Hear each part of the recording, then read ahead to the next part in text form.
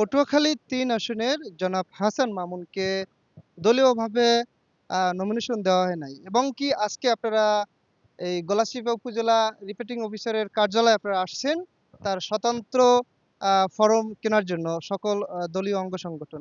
আসলে বিশেষ করে এই আসনে আপনাদের দলীয় প্রার্থী যদি হতো আসলে আপনাদের মনের আনন্দটা কেমন এবং আজকে স্বতন্ত্র প্রার্থী হয়ে আপনারা আসলে নির্বাচনের মাঠে কিরম বিরাজ করছেন? ধন্যবাদ।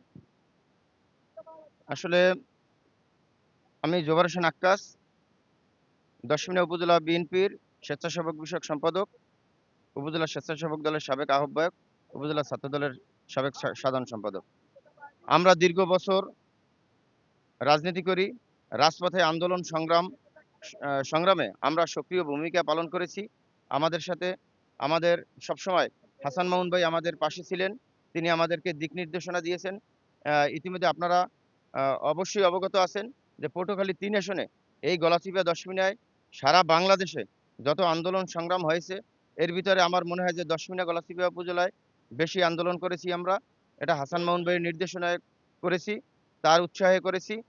এখন দল কেন তাকে মনোনয়ন দেয় নাই সেই প্রশ্নের উত্তর তো আমি দিতে পারবো না। এটা আমাদের আগামী রাষ্ট্রনায়ক জননেতা তারেক রহমান তিনি বলতে পারবেন তাকে কেন মনোনয়ন দেওয়া হয় নাই।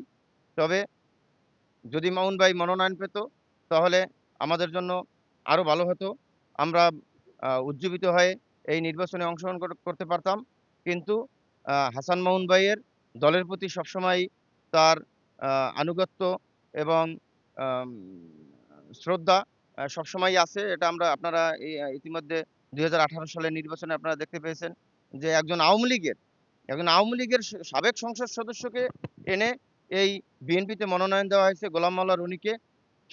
সেটাও তিনি মেনে নিয়েছেন দলের সিনিয়র নেতৃবৃন্দ এবং আ জননেতা তারেক রহমানের কথায় তিনি সেটাও মেনে নিয়েছেন। এখন দেখেন আপনারা দল ক্ষমতায় আসার একটা দ্বারপ্রান্তে, এমত অবস্থায় মামুন ভাইকে মনোনয়ন দেওয়া হয় নাই। আমরা তৃণমূল আ গলাচিপা উপজেলা বিএনপি এবং দশমিনা উপজেলা বিএনপি অঙ্গ সংগঠন সহ তৃণমূলের সকলকে হাসান মামুন ভাইকে যায়। আপনারা অবশ্যই জানেন যে হাসান মামুন ভাইয়ের জনপ্রিয়তার জন্য তাকে এই দক্ষিণবঙ্গের হেমিলিনের বাঁশিওয়ালা সে এই খ্যাত সেই জনপ্রিয় নেতা হাসান মামুন ভাই সে এরকমের একটা উপাধি পেয়েছে। তিনি অত্যন্ত জনপ্রিয়। আমরা যদি ধানের শীষ মার্কা তিনি না পেলেও আমাদের মার্কা হাসান মামুন ভাই তিনি নিজেই একটা মার্কা। আমরা তাকে নিয়েই আমরা তৃণমূল আমরা এগিয়ে যাবো ইনশাল্লাহ।